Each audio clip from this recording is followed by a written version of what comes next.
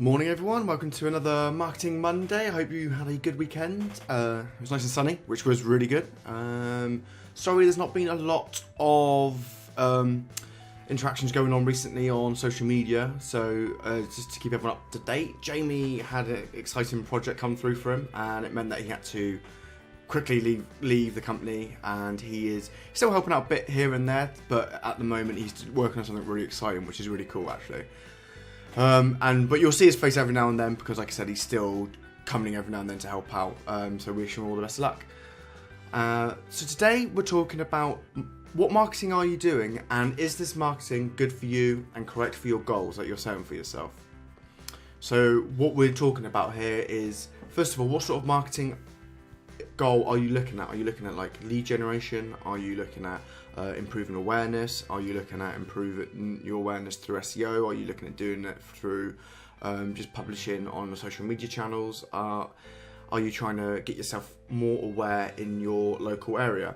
So for instance, if we always use the sort of analogy that I live in Bridgewater, that I'm a mechanic, there's no point in me trying to market to somewhere at Leeds or Newcastle, because the work that's not very good. It's not a very good investment for me. So it's trying to think about what your goal is, and then from your goal of what you want to achieve, work backwards and then figure out exactly how you're going to get to this goal. So for instance, there's lots of little things we can do here. We can look at, like, okay, I am a company that I need to get leads in, the leads to then obviously sell my product, to push my product, to push what I do. So I'm gonna go for leads. Okay, cool, great. Now from there, I now have an understanding. I want leads. From here, how do I generate these leads? How do I get from this point here, where my goal, and how do I start? So I know the goal. How do I start this? So we're gonna work our way back. We're gonna go, okay, cool. I obviously need somewhere for people to come to and give me some sort of lead, some sort of idea. What do we need? What do I need for this? Like telephone numbers, names, email addresses, house addresses, all these sort of things. These are the sort of details you're going to need for this sort of lead generation. So it's like, how do I build these? What is going to be the best bang for my buck here? Well, it's going to be difficult to get people's home addresses, really difficult, and realistically, are they going to be looking at anything you send through the mail to them? Probably not. Then the next one, you're going to be thinking, okay, cool. I could probably get their first name. I could probably be more difficult to get their last name, so I might keep just like think about trying getting their name. Email address, pretty easy for everyone to give. Most people give away their email address. It's pretty easy. So that's again another good one to get. That's not too difficult. Telephone number, a good one to get, but can be difficult to get. So it depends on how much you want to, how many leads you want to come through, or how much you want to be able to push through the funnel. Obviously, the more information you capture, the less likely people are to fulfill that request. So the easier you make it, the more you're going to generate. So we now know, okay, let's say from this point here, all I want is emails. Okay, so now I want emails. How do I gather these emails? Now there's a couple of ways we can do this. You can do it via social media ads, which is quite a really good way of doing it. So you can do it through Facebook ads, obviously Twitter ads, Instagram ads, Snapchat ads. And obviously, it's just a case of finding out where your audience is, who you want to capture, who are the people you're going after, finding out where they are, and then going to them to try and get this information across. You also then obviously need to have, if you're going to use an ad, it needs to be very interesting titles, interesting copy, interesting images. So it's not just saying, oh, I want your details. It's not good enough. It's not going to be good enough. You need to have like something that's going to prove that you need this. So you can do, you need to have like an interesting copy, interesting images, interesting taglines. You need to have all of this in place to make sure that lead generation is going to work. And then on top of that, if you think, okay, maybe that's a bit too much, maybe I fancy sending them to my website instead, because that way they can come along and have a look at my website, see what I'm doing, go through all my content. They'll have a better understanding of who I am, or on this page. So this is where we bring in like lead pages.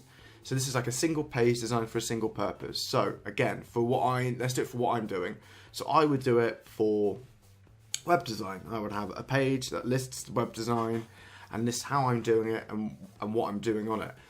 So it will be like a tagline of great web design, and then a couple of pictures, maybe stacked next to each other, of websites I've built, and then next to that might be a form that says, if you're interested, drop me an email and I'll get back in contact with you. And then underneath it will be a list of all the things that I will go through websites. You know, we're looking at making all websites responsive. We're looking at making sure that your website images are all optimized. You're making sure that your copy has decent SEO value. We're looking at making sure that your website is, you know, it's conversion rate optimized. We're looking at trying to get people through the funnel to the end product or whatever you're trying to get across.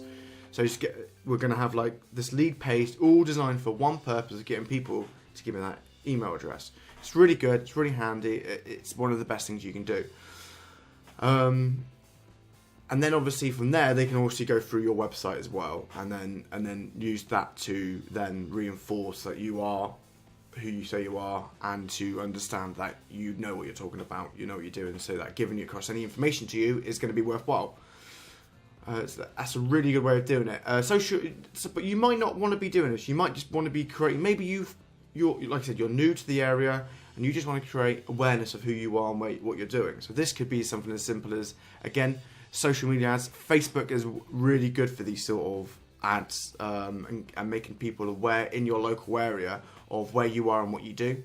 So it might just be that you just need to not worry about spending lots and lots and lots of money. You might just be spending small amounts. We're talking like starting from £10 upwards. Doesn't have to be a lot of money, just to get people in the local area aware of who you are and start increasing your awareness. Start increasing people going, okay, that's who they are, I know. And then obviously the whole point of this awareness thing though is that you have to keep it going, because obviously as soon as you stop, people will forget.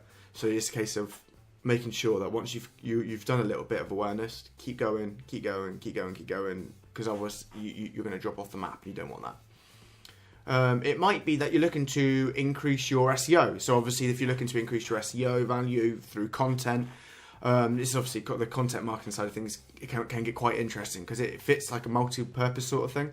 So it'll be we're looking at trying to add in keywords, trying to add in engaging content, and trying to use those pages also to get leads back into the company. And the leads can come through obviously in multiple ways. It could be through emails, phone calls to the company, or engaging then back through your social media that you post in your content through. But it is a good one. It's a really good one. If you're looking at increasing your SEO, obviously content marketing, I would think is a really good way of doing it, because you're giving something out for people to use, and at the same time you're increasing your own SEO, making sure that hopefully your rankings will be going up with the content that you're producing. And then obviously there is engagement. So engagement can be something simple. You maybe it's something like you've got a really good following on Twitter. Maybe you've got a really good following on Instagram. Maybe you've got a really good following on what's some of the big ones at the moment, like Pinterest and that. Maybe you just want some people just to engage in your content. So it might be just changing those, keeping the content the same. That's got you to the way you are. But maybe every now and then you just add something extra in. So you add more engagement. So you're asking people things. So on Instagram, you're asking people about their day. For what I'm doing, it could be me doing something like this and then asking a question, and then getting people to try and contact me, and then we'll go through something. It might be something, yeah, it could be loads, that could be anything to increase that engagement. Questions are good, so it could be, like I said, it could be me going, okay, so what is your biggest frustration with your current marketing strategy? And then you can go think about it, and then obviously come back through me, and I can then give suggestions. It could be, how's your day going? Simple things like this. In a more simple, like it can, and it doesn't have to always be to increase the engagement. It doesn't always have to be directly with the work, about the work and everything you're doing. It could be something a little bit more fun, a little bit more ad hoc. So it could be in the morning I like black coffee and a biscuit just before I start work. What do you guys do? And then increase that loyalty and branding and all that sort of thing. Trying to get past this veil of who your company is and getting through to that's the case of getting through to the people. Then that's like a person-to-person interaction, which is another good way, because obviously that's, having a person-to-person relationship makes it a lot easier to sell as well. So all these sort of things you need to think about. So from what you need to do is your end goal. What is your goal? Then from your end goal, work backwards. And then once you've worked backwards, and then you can know where to start. So it's end goal. What do you want to get out of your marketing process? I want to get more leads.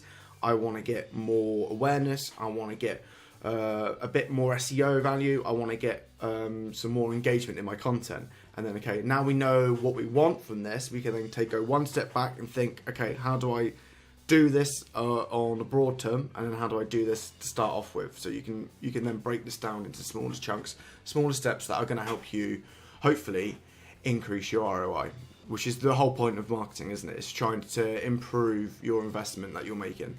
That return on investment is quite important for most companies.